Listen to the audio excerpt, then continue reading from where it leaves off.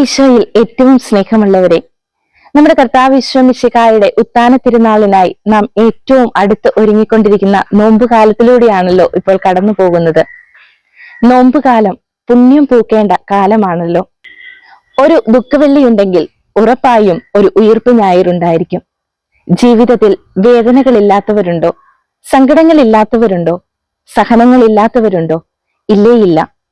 ജീവിതത്തിലെ എല്ലാ സഹനങ്ങൾക്കും വേദനകൾക്കും അപ്പുറം നമ്മെ കാക്കുന്ന, നമ്മെ കരുതുന്ന, നമുക്ക് അതിൽ നിന്നെല്ലാം ഒരു ഉയിർപ്പ് തരുന്ന ഒരു നല്ല ഈശോ നമ്മുടെ കൂടെയുണ്ട് എന്നാണ് ഈ നോമ്പുകാലം നമ്മെയും ഓർമ്മിപ്പിക്കുന്നത്.